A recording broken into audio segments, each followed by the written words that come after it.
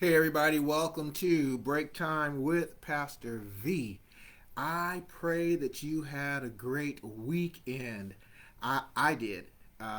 Just got some things done, worshiped and fellowship with believers, and enjoyed Sunday morning worship. Hey Belinda, I see you. Thank you for being here. I'm going to figure this out one day because I see other people when people come on, they can tell them who's all there, and for some reason I can't see everybody. Belinda, Shannon, Debbie, Daryl. There we go. Now I got it. But good to see you all and others. Don't forget to say hello as you come in and let me know where you are listening from. I thank God for you. And hey, is this loud enough? Because my daughter is teaching in the other room, so I'm trying not to be too loud.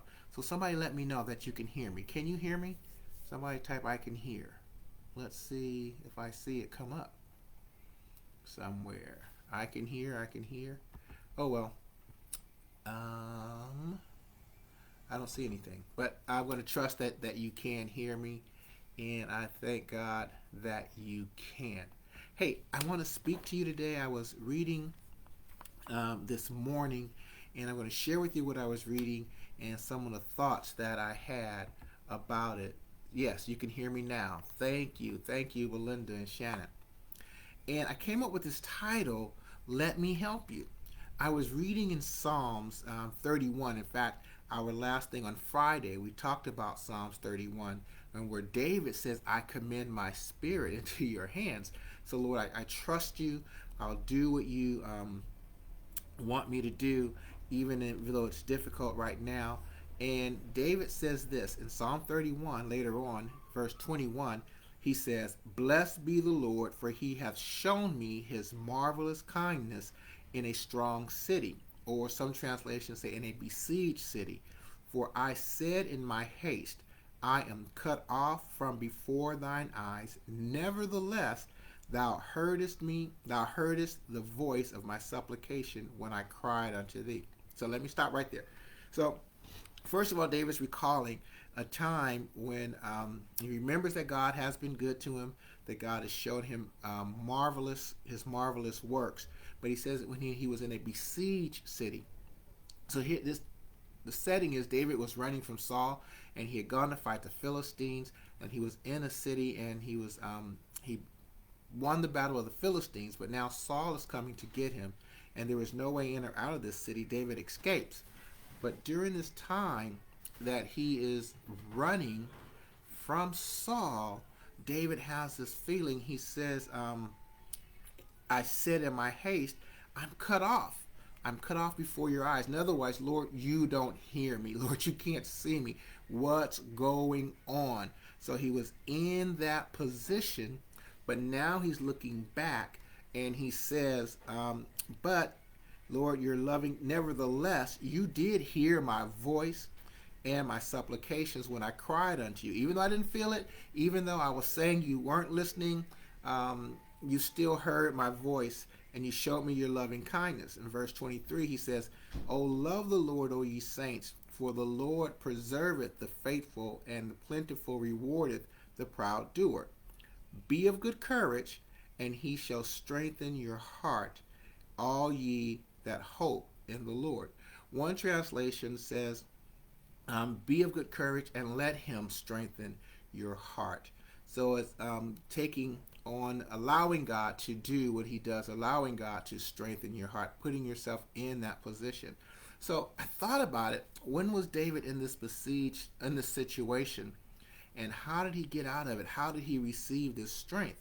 So I kind of looked it up, and it took me to First Samuel chapter 23, and it's a relationship. David is running from Saul. Saul tries to find him in one city. He doesn't find him in another. And 23:15 reads this, or beginning at 15. Well, let me ask you first of all, have you ever been in a place, literally, let's just be honest, where you felt like, let me see, where your feelings and your faith did not agree? You felt like emotionally drained and really felt and wondered if God was really hearing you. I've been there. And that was my feeling, but inside my faith knew that God was there, but I felt like he wasn't there. Have you ever had that experience? If you have, just type in me too. You felt like he wasn't there, but inside you knew he was. But just because you knew he was didn't mean you felt that he was. You didn't feel his presence, didn't sense his presence. I have been there.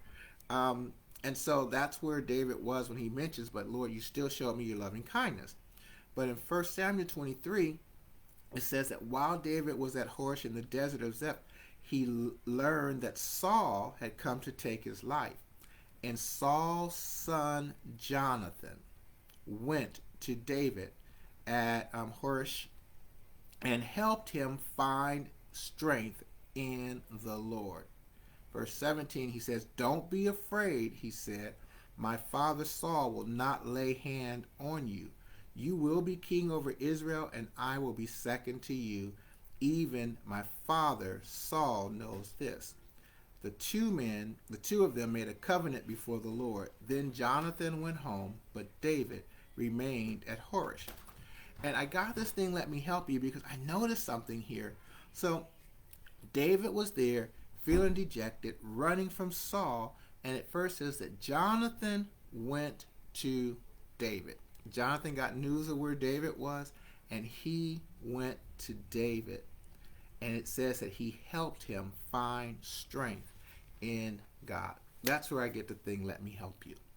You see, you guys, there are so many of us who are hurting, yet holding on, sometimes barely, but still trusting God.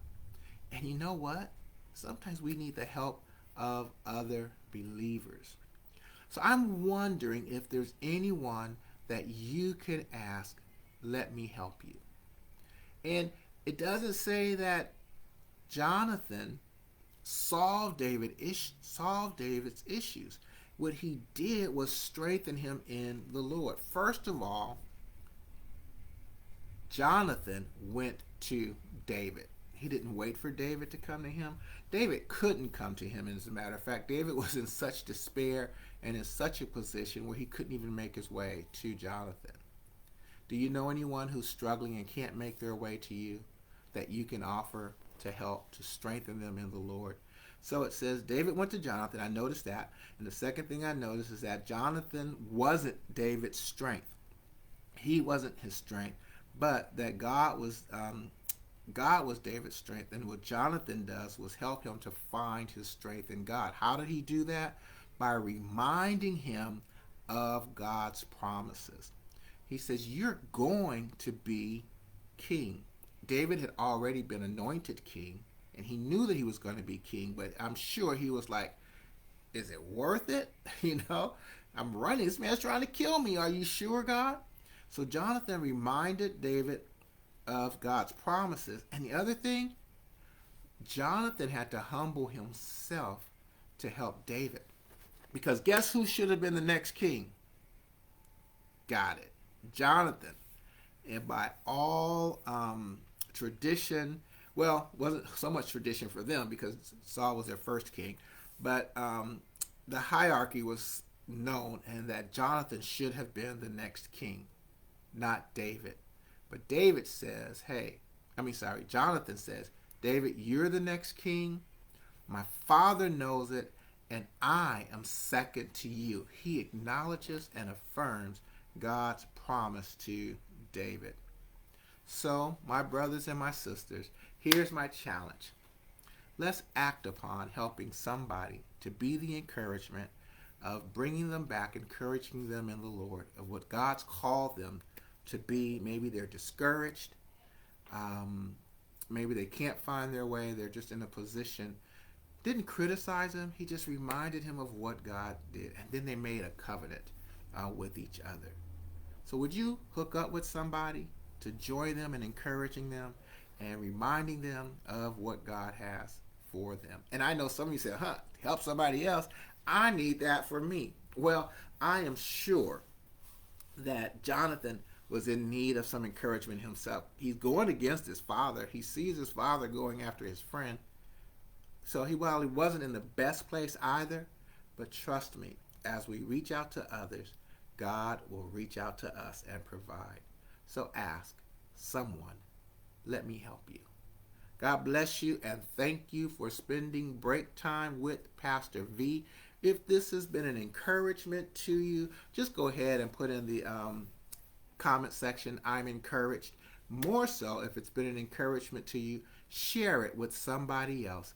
God bless you and thank you. Don't forget, you can listen to our Sunday services on Spotify and on iTunes. Just subscribe and you can catch everything on YouTube at youtube.com/Zion Temple, and be blessed. Have a great day. Thank you.